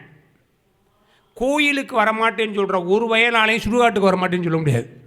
சுடுகாட்டுக்கு வரமாட்டேன்னு சொல்லும். இந்த பிறகு இந்த உலகத்தில் எந்த கடவுளை வேணாலும் ஏமாற்றலாம், ஆனால் சிவத்தை சவமாயாவது பார்க்கணும். சிவத்தை பார்க்காம யாரும் ஏமாத்திட முடியாது. அதனால் நீ கடவுள் இருக்குன்னு சொல்லு, இல்லைன்னு சொல்லு, கோயிலுக்கு வா, வராமல் போ. ஆனால் எங்கே சந்திச்சாகணும்? அங்கே சந்திச்சாகணும். என்னையே என்ன வாழ்கிற காலத்தில் கோயிலுக்கு வந்தால் வாழ்க்கை வளப்படும், இம்மை மறுமைக்கும் பயன் கிடைக்கும். இல்லாட்டி எங்கே பார்த்தாகணும்? நீ செத்தாவது அங்கே வந்து பார்த்தாகணும். அவர் என்ன பண்ணுறார்? சுடுகாட்டு சாம்பலை பூசி இருக்கிறார். இப்போ அழித்தல் வந்தாச்சா? இப்போ படைத்தல், காத்தல், அழித்தல் 3 வந்தாச்சு. தோடுடைய செவியன் விடையேறி தூவன் மெதுசூடி காடுடை சுடலை பொடு பூசி என் உள்ளம் கவர் கல்வன். எங்கே இருக்கிறான்? மனசுக்குள்ளே இருக்கிறான். அவனை காட்ட முடியுமா? நம்ம என்ன ஆஞ்சநேயரா நெஞ்ச புலந்து காமிக்கிறதுக்கு? அவர் எங்கே இருக்கிறார்? உள்ள. அப்போ மறைத்தல் இங்கே இருக்கிறான். இப்போ மறைத்தல் என் உள்ளம் கவர் கல்வன் ஏடுடைய மலரோனு முனைநாள் பணிந்து ஏத்த அருள் செய்த பீடுடைய பிரம்மபுரம் மேவிய பெம்மான் இவன் என்று. ஒரு காலத்தில் கையில் ஏடை வைத்திருக்கக்கூடிய பிரம்மன் இருக்கிறான்ல, பிரம்மன் இறைவனை வழிபட்டதால் அவனுக்கு வழிபாட்டுக்கான பயனை கொடுத்த கடவுள் சிவபெருமான். இப்போ இங்கே கடைசியாக சொல்லப்படுகிற அருளர் வந்தாச்சா? இப்போ படைத்தல், காத்தல், அழித்தல், மறைத்தல், அருளல் என்கிற 5 சைவ சித்தாந்த தத்துவங்களையும் வெறும் 3 வயதே உடைய ஒரு ஞானசம்பந்த குழந்தை பாடுகிற அருளாற்றல் உடையதுனால தான் சேக்கிழார் சுவாமிகள் ஞானசம்பந்தருக்கு அவ்வளோ பெரிய இடம் கொடுக்குறார். பாதி பாட்டு அவர் தான், பிள்ளை பாதி புராணம் பாதின்னு சொல்கிற மாதிரி. இப்படி அவருடைய கவிதைகளில் அவ்வளவு நுட்பம் இருக்குங்க. நீங்கள் கடவுள் வழிபாட்டில் ரொம்ப முக்கியம் என்ன தெரியுங்களே? திருநீர். மந்திரமாவது நீர், வானவர் மேலது நீர், சுந்தரமாவது நீர், துதிக்கப்படுவது நீருன்னார். நீங்கள் தனியாலாம் போய் மந்திரம் சொல்ல வேண்டாங்க, திருநீர் பூசுங்க. நீரில்லா நெற்றிபால் நம்ம பெரியவங்க சொன்னாங்க, திருநீர் பூசுங்க. இப்போ அண்மை காலத்தில் நாங்கள் நிறைய பார்க்குறோம், சிவச்சின்னம் அணிவதை ஏதோ பெரிய அவமானமாக கருதுவது போல் இன்றைக்கி ஒரு தலைமுறை வருது. நான் கல்லூரியில் எங்கள் பிள்ளைகளை கூப்பிட்டு நாளை காலையில் பொட்டு வச்சுக்கிட்டு திருநீர் பூசிட்டு வாம்பேன் அப்படின்னா கிளாஸ்க்குள்ளே வான்னு சொல்லுவேன். ஏன்னா அது எல்லாருக்கும் அந்த சமயங்கிறது முக்கியம் இல்லையா? ஆனால் இப்படி இருக்கும். ஆனால் ஒன்று நினைவு வச்சுங்க, சிவச்சின்னமாக நீங்கள் திருநீர் அணிகிறதுங்கிறது மட்டும் முக்கியம் இல்லை, அதை நம்பிக்கையோடு அணியணும். நம்பிக்கை இல்லாட்டி அது வெறும் சடங்காக போயிடும். இதை யார் சொல்கிறான்னா சேக்கிழார் சொல்கிறாருங்க. நான் ரொம்ப ஆச்சரியப்பட்டேன். 2 இடம் சொல்கிறேன், உங்களுக்கு புரியும். மெய்ப்பொருள் நாயனார் புராணம்னு ஒன்று உண்டு இல்லை? அவருக்கு ஒரு எதிரி இருக்கான். அவனுக்கு பேர் என்னது? முத்தநாதன்னு பேர். அந்த கதை எல்லாருக்கும் தெரியுங்கிறதுனால நேரம் இல்லைங்கிறனால சொல்ல முடியல எனக்கு. என்ன அவற்றை பல விதங்களில் ஜெயிக்கணும்னு நினச்சா முடியல. கடைசி அவன் என்ன பண்ணுறான், அவருக்கு எது பலமோ அதை இவன் பலவீனமாக மாற்றுறான். இதுதான் உலகத்தில் பெரிய சிக்கல். அவருக்கு எது பலம்? யார் சிவவேடத்தில் வந்தாலும் அவர்களை சிவமாக பார்ப்பது அவருடைய பலம். இப்போ எதிரி என்ன செய்வானா, எது நம்முடைய பலமோ அதைத்தான் நம்முடைய பலவீனமாக பெரிய புராணம் கற்றுக்கிற விஷயம் இது. நம்முடைய பலவீனமாக மாற்றுவதற்கு முயற்சி செய்வான். சிவவேடத்திலேயே வர்றான். இப்போ பாருங்கள், அவன் சிவவேடம் முதல்ல அணிகிறான். அவனுக்கு முன்னப்பண்ண அணிஞ்சு பழக்கம் இல்லை. எப்போவுமே திருநீர் உடம்புல பூசிக்கிட்டு இருக்கவங்களுக்கு எங்கெல்லாம் திருநீர் பூசணும்னு தெரியும், எந்தெந்த இடங்களில் பூசணுங்கிறது சித்தாந்த மரபுப்படி தெரியும். ஆனால் வேஷத்துக்காக பூசுகிறான். இப்போ சேக்கிலார் ஒரு பாட்டு சொன்னார், மெய்யெல்லாம் நீரு பூசி வேணிகள் முடித்து கட்டி கையினில் படைகறந்த புத்தக கவலி ஏந்தி மைபுதி விளக்கே என்ன மனதினுள் கருப்பு வைத்து பொய் தவ வேடம் கொண்டு புகுந்தனன் முத்தநாதன். இதுதான் சேக்கிலார் சுவாமிகளோட பாட்டு. இல்லை, 2 நுட்பம் சொல்லுவேன் அதில். மெய்யெல்லாம் நீரு பூசி, மெய்யின என்ன, உடம்பு. ஆனால் ஒரு ஆச்சரியமான உண்மை பார்த்துருக்கீங்களா, இந்த உடம்பு மெய்யின்னு சொன்ன நம்ம தான் காயமே இது பொய்யடானோம். காயமே இது பொய்யடா வெறும் காற்றடைத்த. இப்போ நான் ரொம்ப ஆச்சரியமாக சொல்லுவேங்க, தமிழன் மாதிரி இந்த உலகத்தில் மிகப்பெரிய அறிவாளி எவனுமே இருக்க முடியாது. தமிழில் 2 சொல் இருக்குல்ல, பிறப்பு இறப்பு. ஆங்கிலத்தில் சொன்னால் பெர்த்து டெத்து. இந்த பெர்த்துக்கும் டெத்துக்கும் எந்த சம்மந்தமும் இல்லைங்க. ஆனால் நீங்கள் பிறப்பு இறப்பு இருக்குல்ல, இந்த 2 சொல்லையும் நீங்கள் பாருங்கள், முதல் எழுத்தை தவிர மற்றதெல்லாம் பொது சொல். ர இப்பு 3மே பொது. பிறப்பில் ஒரு பி இருக்குது, இறப்பில் ஒரு ஈ இருக்குது. இப்போ நான் என்ன கேட்குறேன், பியில் ஈ இருக்கா இல்லையா? இப்பு கூட்டல் ஈ தான் பி இல்லையா? அப்போ இப்புங்கிறது மெய்யெழுத்து, ஈங்கிறது உயிரெழுத்து. இப்போ பாருங்கள், பிறக்கிற பொழுது ஒரு குழந்தைக்கு மெய்யும் இருக்கும் உயிரும் இருக்கும், உடலும் இருக்கும் உயிரும் இருக்கும். அதனால தான் என்ன பண்ணுறான், ஒரு மெய்யெழுத்தையும் ஒரு உயிரெழுத்தையும் சேர்த்து பிறப்பு என்று தமிழன் பேர் வைக்கிறான். அவர்கள் வாழ்ந்து மறைகிற பொழுது உடல் அழிஞ்சிடும், எது மட்டும்தான் இருக்கும், உயிர் மட்டும்தான் இருக்கும். அதனால் பி என்கிற எழுத்தில் இருந்த இப்பு என்கிற மெய்யை நீக்கிட்டு ஈ என்கிற உயிரை மட்டும் கொடுத்து இறப்பு என்று பெயர் வைத்த புத்திசாலி இனம் தமிழன். புத்திசாலி இனம் கருத்து. இப்போ நீங்கள் அடுத்த ஒரு கேள்வி இல்லை, அதான் வில்லங்கம். அடுத்த ஒரு கேள்வி பாருங்கள். அதெல்லாம் சரி, அப்போ உடம்பு அழியுன்னு சொல்கிறீங்க, அப்புறம் இதுக்கு ஏன் மெய்யின்னு பேர் வச்சான்? மெய்யினா உண்மையில் ஒரு பொருள் இருக்குல்ல, மெய்யினா. அப்போ உடம்பு அழியுன்னு சொல்கிறீங்க, நீங்களே சொல்கிறீங்க, தமிழன் அறிவாளி புத்திசாலிங்கிறீங்க. இப்போ அழிந்து வர உடம்புக்கு எப்படி தமிழன் மெய்யின்னு பேர் வச்சான்? நான் ஒரு சின்ன உதாரணம் சொல்கிறேன், நம்ம எளிமையாக புரிஞ்சுக்கலாம். கொஞ்சம் என்னோட பின்னோக்கி வாங்க. ஒரு 400 வருடங்களுக்கு முன்னாடி இந்த இடம் இருட்டாக இருக்குது. இந்த இடம் எங்கிட்டாக இருக்குது. நான் ஒரு விளக்கு எடுத்துகிட்டு வாங்கன்னு சொல்கிறேன். நம்ம என்ன எடுத்துகிட்டு வருவோம்? ஒரு அகல் விளக்கையோ அல்லது ஒரு மண் விளக்கு எதை நம்ம எடுத்துகிட்டு வருவோம். உனக்கு ஞாபகம் வச்சுங்க, நிறைய பேர் என்ன சொல்கிறாங்க, அதுக்கு ஏன் விளக்கு அப்படின்னு பேருனா இருட்டை விளக்குவதால் விளக்குங்கிறாங்க. இல்லை, அதுக்கு விளக்கு ஏன் பேருனா, இந்த இடம் இருட்டாக இருந்தால் எந்தெந்த பொருள் எங்கே இருக்கிறது என்று எனக்கு விளங்காது. ஒரு தீபத்தோடு உள்ளே வந்தேன்னா எந்தெந்த பொருள் எங்கே இருக்கிறது என்று எனக்கு விளங்க வைப்பதால் அதுக்கு பேர் விளக்கு. அப்போ நீங்கள் இப்படி யோசிக்கணும், ஒரு மண் விளக்கையோ அல்லது ஒரு குத்து விளக்கையோ நீங்கள் எடுத்துகிட்டு வர்றீங்கன்னு வச்சுக்கோங்களேன், அது மேலே தீபம் எழுத்தப்படலைன்னு, அந்த சுடர் இல்லைன்னா எந்தெந்த பொருள் எங்கே இருக்கிறது என்று விளங்க வைக்குமா? விளங்க வைக்காது. அப்போ உண்மையிலே விளக்கு என்பது எது? அந்த மண்ணாலோ அல்லது அந்த வெண்கலத்தாலான பொருள் அல்ல, அதன் மீது இருக்கக்கூடிய சுடர், அதுதான் அது பேர். ஆனால் ஏன் நம்ம அதை விளக்குன்னு சொல்கிறோம் தெரியுமா? எந்தெந்த பொருள் எங்கே இருக்கிறது என்று விளங்க வைக்கக்கூடிய சுடரை தான் ஏந்தி இருப்பதால் அதோடு தொடர்புடைய அந்த மண்ணாலான பொருள் விளக்கு என்கிற பெயரை பெறுகிறது. இதுக்கு தமிழில் ஆகு பெயர்னு பேர். அது மாதிரி மெய்யாக இருக்கிற ஆன்மாவை இது தாங்கி இருப்பதால் இந்த பொய்யான உடலும் என்ன பெயர் பெறுகிறது? மெய் என்று பெயர் பெறுகிறது. தமிழ் மூல உலகத்தில் உயர்ந்த மொழி வேறு எதுவும் இல்லைங்க. ஆகுபெயர், அதுக்கு பேர் ஆகுபெயர். ஒரு பொருள் அதோடு தொடர்புடைய இன்னொன்று காகி வந்தால் அதுக்கு பேர் ஆகுபெயர்னு பேர். உலகம் சிரித்ததுங்கிறோம்ல, உலகம்னா உலகம் சிரிக்காது, உலகத்தில் இருக்க மக்கள் சிரித்தார்கள்னு அர்த்தம். இப்போ மெய்யெல்லாம் நீர் பூசி 2 பொருள் சொல்லுவாங்க. பொதுவாக எல்லோரும் என்ன சொல்லுவாங்கன்னா, உடம்பெல்லாம் சாம்பலை பூசியிருந்தாம்பாங்க. நான் 2 விதம் சொல்லுவேன். ஒன்று உடம்பெல்லாம் சாம்பலை பூசியிருந்தாங்கிறது ஒன்று. இன்னொரு விஷயம் என்ன தெரியுங்களா? மெய்யினா உண்மை. இந்த சாம்பலை பூசி இருந்ததன் மூலமாக வஞ்சகமாக இருக்கிற உண்மையை மறைச்சிருந்தான். உண்மையை சேக்கிலார் 2 பொருள் பண்ண தான் பாடுறார் அவர். மெய்யெல்லாம் நீர், இந்த சொல்லுவோம் நீர் பூத்த நெருப்பும் பொம்ல, கீழே நெருப்பு இருக்கும் ஆனால் மேலே என்ன இருக்கும்? நீர் இருக்கும். அது மாதிரி மேலே இவனுக்கு திருநீற்று அந்த நீர் இருந்தது, ஆனால் உள்ள வஞ்சம் இருந்தது. மெய்யெல்லாம் நீர் பூசி வேணிகள் முடித்து கட்டி பையனில் கடை கறந்த புத்தக கவலை ஏந்தி மைபுதி விளக்கே என்ன. அது ரொம்ப அழகாக ஒரு உதாரணம் சொல்கிறாருங்க சேக்கிலார். இந்த பாருங்க, ஒரு விளக்கை ஏற்றி வச்சிங்கன்னா சுற்றி வெளிச்சம் இருக்கும், ஆனால் விளக்குன்னு அடியில் இருட்டு இருக்கும். அது மாதிரி இவன் போட்டிருந்த இந்த புறக்கோளம் இருக்குல்ல, இது வெளியில் பார்க்க சிவனடியார் மாதிரி இருந்தது, ஆனால் மனசுக்குள்ள வஞ்சனை என்கிற இருட்டு இருந்தது. மைபூதி விளக்கே என்ன சேக்கிலார் சொல்கிற ஓமை, மனதினுள் கருப்பு வைத்து. விளக்கு கடியில் எப்படி கருப்பு இருக்குமோ அது மாதிரி வஞ்ச பொய்தவ வேடம் கொண்டு புகுந்தனன் முத்தனான். கவனிங்க, பொய்த்தவம் என்று இருக்கணும், இத்து இருக்கணும் இங்கே. ஆனால் சேக்கிலார் எப்படி பொய்தவ வேடம்னு எழுதுறார். ஏன் இத்து போடலை தெரியுமா? இங்கே பாருங்க, ஒன்று ஞாபகம் வச்சுங்க, ஒரு உண்மையான துறவாக இருந்தால் அங்கே பொய் இருக்காது. பொய் இருந்தால் அது உண்மையான துறவாக இருக்காது. பொய்யும் துறவும் ஒட்டாது, அதனால் அங்கே ஒட்டெழுத்து கிடையாது. அங்கே அதை பொய்தவ வேடம் எழுதுகிறார். ஆனால் பின்னாடி மெய்ப்பொருள் நாயனார் மெய்த்தவ வேடமே மெய்ப்பொருள் என தொழுது வென்றார், மெய்த்தவம்னு போடுவார் அவர். சேக்கிலார் ஒற்று போடுவார். இப்போ நான் என்ன நுட்பம் தெரியுமா அதில்? இப்போ பாருங்க, அவன் சாம்பலை பூசி இருக்கிறான், அதை சொல்கிறப்ப மெய்யெல்லாம் நீர் பூசி என்று சேக்கிலார் எழுதுகிறார். அப்படியே கொண்டு இன்னொரு இடத்துக்கு வாங்க. நாவுக்கரசர் சைவத்திலிருந்து சமணத்துக்கு மாறிட்டார். நீங்கள் நம்ம ஒரு நிகழ்வை நம்ம வச்சுக்கணும். இன்றைக்கி நம்மெல்லாம் தமிழ் பேசுகிறோம், நம்மெல்லாம் சைவம் சார்ந்தவர்களாக இருக்கிறோன்னு நம்ம ரொம்ப நன்றி கடன் பட்டிருக்கிறது நாவுக்கரசருக்கும் ஞானசம்பந்தருக்கும்.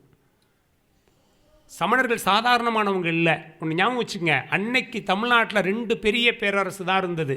ஒன்று பல்லவ பேரரசு, இன்னொன்று பாண்டிய பேரரசு. சோழர்கள் இந்த 2 பேரரசு கீழே சிற்றரசர்களாக தான் இருந்தாங்க, பேரரசர்களாக இல்லை.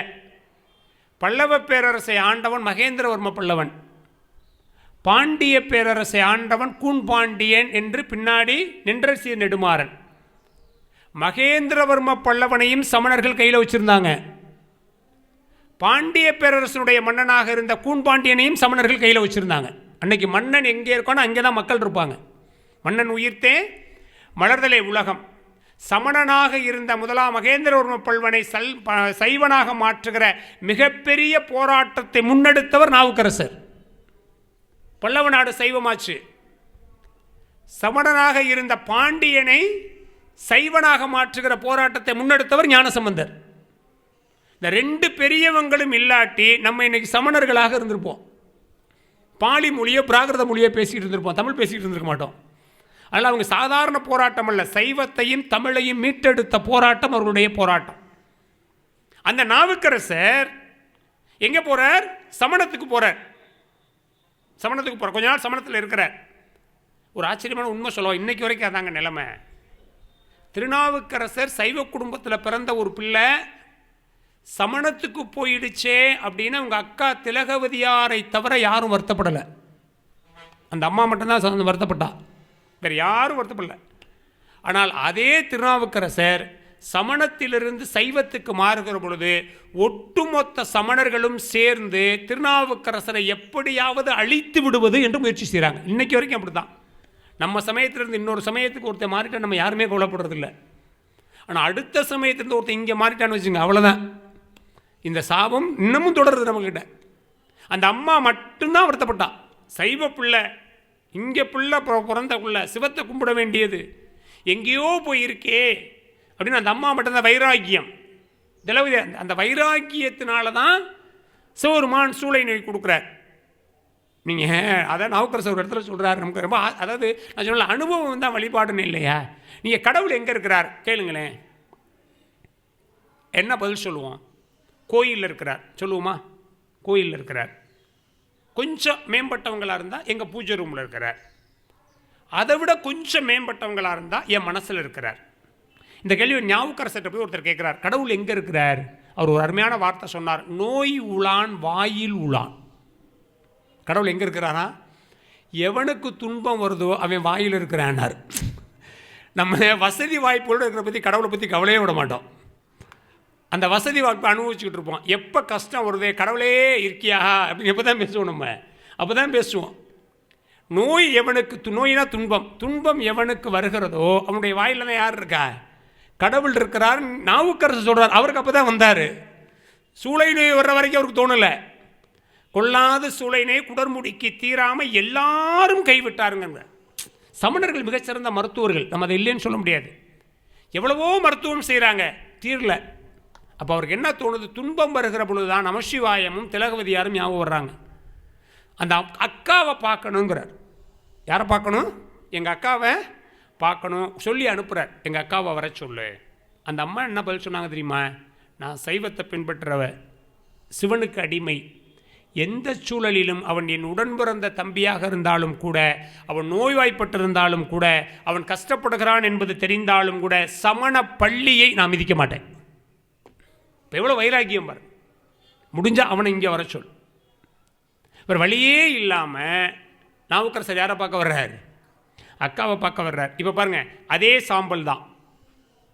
அந்த அம்மா என்ன பண்ணா, சிவன் கோயிலுக்குள்ளே போய் கொஞ்சம் சாம்பலை கொண்டுட்டு வந்து நாவுக்கரசர் கையில் கொடுக்குறார். இப்போ சேக்கிலார் எழுதுகிறார், திருவாளன் திருநீரு திலகவதியார் அளிப்ப பெருவாழ்வு வந்ததுன்னு வாங்கி பூசிக்கிட்டார். என்ன பண்ணார் நாவுக்கரசர்? இப்போ தான் எனக்கு பெருவாழ்வு வந்திருக்கு. இப்போ இந்த சொல்ல கவனிங்க. முத்தநாதன் வேஷத்துக்காக சாம்பலை உடம்பெல்லாம் பூசுகிற பொழுது மெய்யெல்லாம் நீரு பூசி என்று எழுதினார் சேக்கிலார். ஏன்னா இங்கே நம்பிக்கை இல்லை அவனுக்கு. நோக்கம் மெய்ப்பொருள் நாயனாரை அழிக்கிறது. நம்பிக்கை இல்லாமல் பூசினா, நம்பிக்கை இல்லாமல் பூசினதுனால அது நீர் தான். ஆனால் திருநாவுக்கரசர் என்ன பண்ணார்? அக்கா கொடுக்குறான், இது எனக்கு பெருவாழ்வை தரப்போவது இதுதான். நான் வேற எதையோ பெருவாழ்வு நினச்சிட்டு இருந்தேன், ஆனால் உண்மையில் எது இனிமேல் எனக்கு பெருவாழ்வை தரப்போவது இந்த நீரு தான் என்று அவர் நம்பிக்கையோடு பூசியதால் சேக்கிலார் சொல்றார், திருவாளன் திருநீர் திலகவதியார் அளிப்ப. அப்போ நம்பிக்கை இல்லாமல் நீங்கள் நீர் பூசினா அது வெறும் நீர் தான், அந்த வழிபாடு பலிக்காது.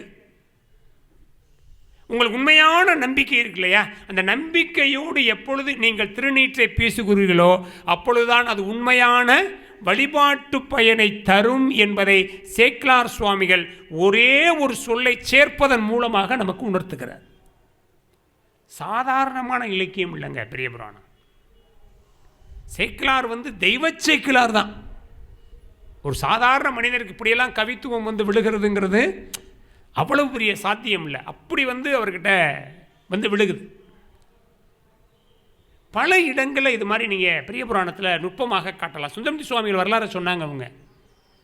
நான் ஒரு இடம் சொல்கிறேன் பாருங்கள். சேக்கிலார் எழுதுகிற ரொம்ப முக்கியமாக தமிழர்கள் பெருமைப்பட வேண்டிய இடம். இந்த சமூகம் இப்போ ஒரு பெரிய பிரச்சனை இருக்குங்க. வெள்ளைக்காரன் வந்தான், வெள்ளைக்காரன் தான் நமக்கு படிப்பு சொல்லி கொடுத்தான். அதுக்கு முன்னாடி எல்லாம் நம்ம முட்டாளாக அலைஞ்சோம். வெள்ளைக்காரன் வராமல் இருந்தால் நமக்கு ஒன்றுமே தெரிஞ்சிருக்காதுன்னு சொல்கிறது மாதிரி ஒரு அயோக்கியத்தனம் வேறு எதுவுமே இல்லை. நம்மள்கிட்ட இருந்த அறிவு இருக்குல்ல, அது மிக உயர்ந்த அறிவு. சுந்தரமூர்த்தி சுவாமிகளுக்கு திருமணம் நடக்க போகுது. சடங்கு விசுவாச்சாரியோட பொண்ணு சிவபெருமான் நிற்கிறார். வயசான ஒருத்தர் வடிவத்தில் நிற்கிறார். நீ என்னுடைய அடிமைங்கிறார். நேரம் இல்லை, என்ன நீ என்னுடைய அடிமை, மணி இப்போவே 7, ஏன் என்னுடைய அடிமைங்கிறார். அப்போ அவர் சொன்னார், மாசில் அந்தனர் மற்றொரு அந்தனருக்கு அடிமையாதல் பேச இன்று உமை கேட்டம் பித்தனோ மறையோ என்றார். இப்போ ஒரு அந்தணன் இந்த அண்ணனுக்கு அடிமையாகிறது இல்லை, புதுசாக சொல்லலை. நீ என்ன கிறுக்கனான்னார். பித்தனோன்னா என்ன பொருள்? கிறுக்கனான்னு தான் அர்த்தம். இப்போ அவர் சொன்னார், என்ன சாட்சி வச்சுருக்க? ஓலைச்சுடியை காமிச்சார். ஓலைச்சுடியை காமிச்சார். சுந்தரமூர்த்தி சுவாமி என்ன பண்ணார்? கல்யாண வேகம், மாப்பிள்ளையாக உட்காந்துருக்கார். எவ்வளோ கனவுகளோடு இருந்திருப்பார். ஒரு திடீர்னு ஒரு வயசான ஆள் கல்யாணத்தை நிப்பாட்டினா யாருக்கும் கோவம் வரும்ல. கொடுத்த ஓலைச்சுடியை வாங்கி கிழித்து நெருப்பில் போட்டார். நெருப்பில் போட்டு இப்போ என்ன பண்ணுவேன்னார். இருந்த ஒரு சாட்சி எங்கே போட்டேனா? இங்கே போட்டு இப்போ நீ என்ன பண்ணுவ? உடனே அவர் சொன்னார், எப்பா இது உன் இடம், இங்கே இருக்கால ஓலாக இருக்கிறான், உனக்கு பேசுவான் சாதகமாக, அதனால் இந்த வழக்கை நான் திருவெண்ணைநல்லூரில் போட்டுக்கிறேன், எங்கள் கோர்ட்டில் கொண்டு போய் நான் போட்டுக்கிறேன், அந்த சுப்ரீம் கோர்ட்டுக்கு நீ வா அப்படின்னு கொண்டாந்து கேஸ் எங்கே போட்டார்? திருவெண்ணைநல்லூரில் கொண்டாந்து போடுறார். இப்போ நம்மகிட்ட எவ்வளவு அருமையான ஒரு நீதி முறைமை இருந்திருக்கு பாருங்கள். நம்ம நினச்சிட்டு இருக்கோம் இன்றைக்கி இந்தியன் ஃபீனல் கோடு இருக்கு இல்லையா, இந்தியன் ஃபீனல் கோடு நீங்கள் ஒரு குற்றச்சாட்டில் உள்ளே போனீங்கன்னா 3 விஷயம் கேட்கும். ஏமா ஏதாவது ஒரு இடம் கோட்டுன்னு போகிறீங்கன்னு வச்சுக்கோங்களேன், முதல்ல ஏதாவது அனுபவ பாத்தியம் இருக்கான்னு கேட்கும். ஒரு 50 வருஷம் நீங்கள் அனுபவிச்சிருக்கிறீங்களா? இப்போ புறம்போக்கெல்லாம் பட்டா போட்டு கொடுக்குறாங்களா, ஒரு 50 வருஷம் குறைஞ்சது இருந்ததுன்னா பட்டா போட்டு அனுபவ பாத்தியம் இருக்குது. ஆட்சியில் அதுக்கு பேர் ஆட்சி அப்படின்னா அனுபவிச்சுக்கிட்டு இருக்கீங்களா? அதை ஆவணத்தில் ஏதோ டாக்குமெண்ட் இருக்கா, பத்திரம் வச்சுருக்கீங்களா? இல்லை அன்று மற்ற அயலார்தம் காட்சியில் இது இவங்களுக்குரியதுன்னு சொல்கிற சாட்சி யாராவது உங்கள்கிட்ட இருக்கா? இது தாங்க இன்றைக்கி இந்தியன் பீனல் கோட் கேட்குது, இந்திய நீதிமன்றங்கள் இதைத்தான் கேட்குது. இது வெள்ளைக்காரை வந்து நமக்கு சொல்லிக் கொடுக்கல. பல ஆயிரம் ஆண்டுகளுக்கு முன்பாக சுந்தரருடைய அந்த வழக்கை விசாரித்த அன்னைக்கிருந்த நீதிபதிகள் கேட்ட கேள்வி சிவபெருமானை பார்த்து, ஆட்சியில் ஆவணத்தில் அன்று மற்ற அயலார்தம் காட்சியில் 3இல் 1 காட்டுவாய். 3ல் ஏதாச்சும் ஒன்று காமி. இவன் உனக்கு அடிமைங்கிறீல்ல, 3ல் ஏதாச்சும் ஒன்று கொண்டாந்து நிப்பாட்டு. இப்போ அனுபவம் இருக்கானா? இருக்குது. எங்கே இருக்குது? சுந்தரர் எங்கே அடிமையாக இருந்தார்? கைலாயத்தில் அடிமையாக இருந்தார். ஆளாள சுந்தரராக அடிமையாக இருந்தால் மண்ணில் பிறக்கிறார். ஆனால் எவ்வளவு ஒரு வழக்கு வாதிடுறதுல எவ்வளவு நேர்மை பாருங்கள். சிவருமான் நினச்சிருந்தா, எப்பா இவர் எனக்கு வேலை செஞ்சதுக்கு இவருக்கு அனுபவம் இருக்குது, இவர் என்னுடைய வேலைக்காரர் தான். எங்கே வேலை பார்த்துருக்கார்? கைலாயத்தில் வேலை பார்த்துருக்காருன்னு அவர் சிவனாக தோற்றம் தந்து நிறுவியிருக்கலாம். ஆனால் ஒரு மனிதனுக்கும் இடையில் நடக்கக்கூடிய வழக்கில் தெய்வ வடிவத்தை கொண்டு நிறுத்துவது நியாயம் இல்லை. அவன் மனுஷனாக தான் இருக்கிறான். அப்போ நம்மளும் என்னவா தான் போராடணும்? மனிதனாகத்தான் நம்மளும் போராடணும். அப்போ அவர் என்ன செய்கிறார்? அந்த அந்த அனுபவ பாத்தியம் என்பது இருந்தாலும் கூட அதை விட்டுவிட்டு டாக்குமெண்ட்டை காமிக்கிறார். இந்த இருக்குங்க பத்திரம், இந்த இருக்கு. இப்போ நல்லா கவனிங்க. அவர் என்ன சொன்னானா, முன்பு மூச்சியில் கிழித்த ஓலை படி ஓலை மூல ஓலை மாட்சியில் காட்டுவதற்கு வைத்தனம். சேக்கலார் எழுதுறாருங்க. இன்றைக்கி நம்ம ஜெராக்ஸ்ன்னு சொல்கிறோம்ல, ஜெராக்ஸ் நகல்னு சொல்கிறோம் இல்லையா? இந்த ஜெராக்ஸுங்கிற சொல்லுக்கு சேக்கலார் சொல்கிற அருமையான சொல் படி ஓலை. சுந்தரமூர்த்தி சுவாமிகள் முதல் நாள் வாங்கி கிழிச்சு போட்டாருங்க. அந்த ஓலை என்ன ஓலை? அது ஜெராக்ஸ். இது ஒரிஜினல். மாட்சியில் காட்டுவதற்கு வைத்தோர் வாங்கி வாசிக்கிறாங்க. அருமறை நாவல் ஆதிசைவ நாரூரான் செய்கை பெருமுனி வெண்ணை நல்லூர் பித்தடுக்கு யானும் என் வறுமுறை மனபுலோரும் வழித்தொன்று செய்வதற்கோலை இருமையால் எழுதி நீர்ந்தது இதற்கு இவை என் கையெழுத்து. அவங்க பாட்டனார் எழுதி கொடுத்துருக்கிறார். நான் இல்லை, என்னுடைய வம்சம் எதுக்கு இருக்கோ அவங்க அத்தனை பேரும் இவருக்கு அடிமைன்னு எழுதி கொடுத்துருக்குறாங்க. உடனேயும் நீதிபதிகள் தீர்ப்பு சொல்லலையா? என்ன பண்ணாங்களா? அவங்க பாட்டனாருடைய ஓலைச்சுவடி ட்ரெஸரியில் காப்பகத்தில் இருக்கான்னு எடுத்துகிட்டு பார்த்துட்டு வர சொல்லி அதை கொண்டுட்டு வந்து ஒப்பிட்டு பார்த்துட்டு, ஆமாப்பா நீ அடிமைதான் சொன்னாங்களா. இப்போ கூட்டிகிட்டு போய் மறைகிறார். அப்போ தான் அவருக்கு என்ன தெரியுது? வந்திருக்கிறது இறைவன்னு சுந்தரமூர்த்தி சுவாமிகளுக்கு தெரியுது. நீ பாடுங்கிறார். நீ பாடு. அப்போ இவர் சொன்ன என்ன சொல்லி பாட? நீ என்ன இங்கே பாரு, நீ வன்மை பேசி வந்தொண்டன் எனும் நாமம் பெற்றனை நமக்கும் பெரிய சிறப்பின் மிக்க அர்ச்சனை பாட்டேயாகும் ஆதனால் மண்மேல் நம்மை சொற்றமிழால் பாடுக என்றார் தூமறை பாடும் வாயால். நீங்கள் ஒரு குறிப்பை இங்கே வச்சுக்கணும். அவர் பிறப்பால ஒரு அந்தனர். யார்? சுந்தரமூர்த்தி சுவாமிகள். அவருக்கு வேதம் தெரியும். அது தூமறை பாடுகிற வாய். அது என்ன வாய்? அது வேதம் சொல்லுகிற வாய். ஆனால் கடவுள் என்ன கேட்டாரா? சொற்றமிழால் பாடுகன்னாரா. உனக்கு வேதம் தெரியும், நீ வேதம் சொல்லுவேன்னு எனக்கு தெரியும், ஆனால் வேதத்தால் வேண்டாம். எதால் பாடு? தமிழால் பாடு. சொற்றமிழால் என்னை பாடு நான். அப்பதான் அவர் என்ன பண்ணார்? பித்தாப்புரை சூடி பெருமானை அருளாளா எத்தாலும் மறவாது நினைக்கின்றேன் மனத்துணை வைத்தாய் பெண்ணை தென்பால் வெண்ணை நெல்லூர் அருட்துறையில் அத்தா உனக்கு ஆளாய் இனி அல்லேன் என்னலாமே. உன்னை ஞாபகம் வச்சு டைம் ஆச்சு. உன்னை ஞாபகம் வச்சுக்கோங்க. இன்றைக்கி இஸ்லாமியர்கள் தான் அத்தாங்கிற சொல்ல பயன்படுத்துகிறாங்க அப்பாவை சொல்கிறதுக்கு. ஆனால் அது சைவ சொல்லுங்க. சுந்தரமூர்த்தி சுவாமிகள் பயன்படுத்துகிறார். அத்தா உனக்கு ஆளாய் இனி அல்லே நிழலாமே. அத்தானா தந்தை அல்லது தலைவன்னு பொருள்.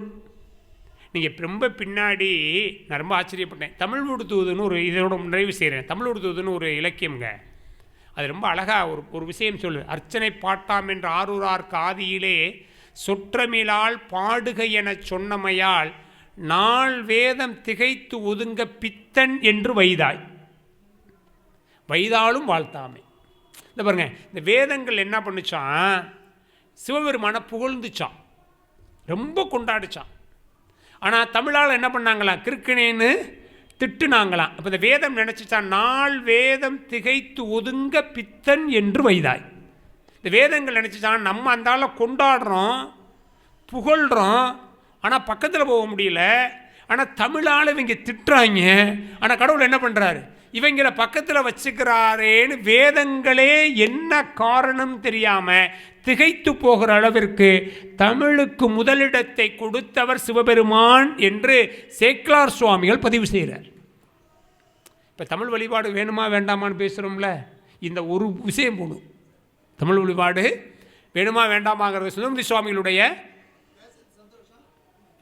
ஆமாம் நேரம் ஆயிடுச்சு, இதோடு முடிச்சிடுங்க. மணி 7:10 ஆமாம் ஆமாம் மகிழ்ச்சி. நன்றிங்க. இப்போ இவ்வளவு விஷயங்களை இந்த செய்யோடு நிறைவு செய்வோம். அதாவது அவ்வளவு பெரிய நுட்பம், அவ்வளோ பெரிய விஷயம் யார் சொல்கிறதில் இருக்குது? நம்முடைய சுந்தரமூர்த்தி சுவாமியோட வரலாற்றில் சேக்கிழார் சுவாமியில் அவ்வளவு அருமையாக சொல்கிறார். நேரில் நான் ஒரே ஒரு செய்தி மட்டும் சொல்கிறேங்க. பெரிய புராணம் ஒரு பெரிய விஷயம் நமக்கு சொல்லுது. சிவபெருமானுக்கு என்ன பெரிய சிறப்பு தெரியுங்களா?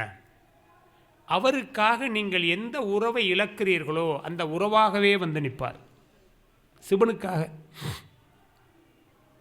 காரைக்கால் அம்மையாரை பார்த்து நம்மை பேணும் அம்மை காணினார்ல, இவ என்னுடைய தாயின்னு சொன்னார்ல. என்ன காரணம்? ஒரு பெண்ணு அடைய வேண்டிய பேர்லேயே மிகப்பெரிய பேர் என்ன தெரியுமா? தாய்மை பேர். ஒரு பெண் எப்போ பெருமை அடைகிறான்னா தாயாக மாறுகிற பொழுது தான் பெருமை அடைகிறார். காரைக்கால் அம்மையார் தாயாக மாறுகிற அந்த வாய்ப்பு அமையாமல் போனதற்கு யார் காரணம்? சிவபெருமான் தான் காரணம்.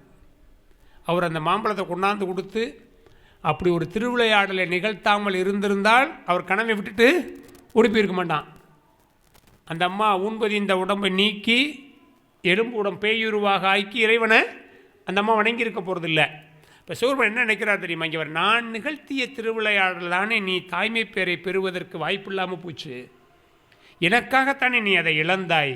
எந்த பேற்றை எனக்காக நீ இழந்தாயோ அந்த பேற்றை நான் மகனாக உனக்கு தருகிறேன் என்று இறை பரம்பொருள் ஒரு மானிட பெண்ணை என்னுடைய தாயாக ஏற்று கொண்டாடுகிறேன் என்கிற அந்த உயர்ந்த வழிபாட்டு மரபு சைவத்தை தவிர வேறு எங்கும் இல்லை. அதில் முதல்ல நம்ம சைவர்களாக பிறந்ததுக்கு பெருமைப்படணும். சிவனை வணங்குறதுக்கு முதல்ல பெருமைப்படணும். சிவச்சின்னம் அணிவதற்கு பெரிய பெருமைப்படணும். நான் ஏற்கனவே சொன்ன மாதிரி ஞானசம்பந்தர் பாடிய தோடுடைய செவியன் தொடங்கி நின்றதெங்கும் நிலவி உலகலாம் என்று நிறைவு செய்கிற பெரிய புராணத்தினுடைய 12 திருமுறைகளையும் ஒரு முறையாவது வாசிக்கணும். ஒரு முறையாவது. அதை நீங்கள் மனப்பாடம் பண்ணாட்டி கூட பரவாயில்ல. ஒரு முறையாவது வாசித்தால் இந்த பேரில் சைவனாக பிறந்த ஒரு மிகப்பெரிய பேரை பெறுவோம் என்பதாக சொல்லி, எனக்கு சிவனை பேச சொன்னால் பேசிக்கிட்டே இருக்கலாம்.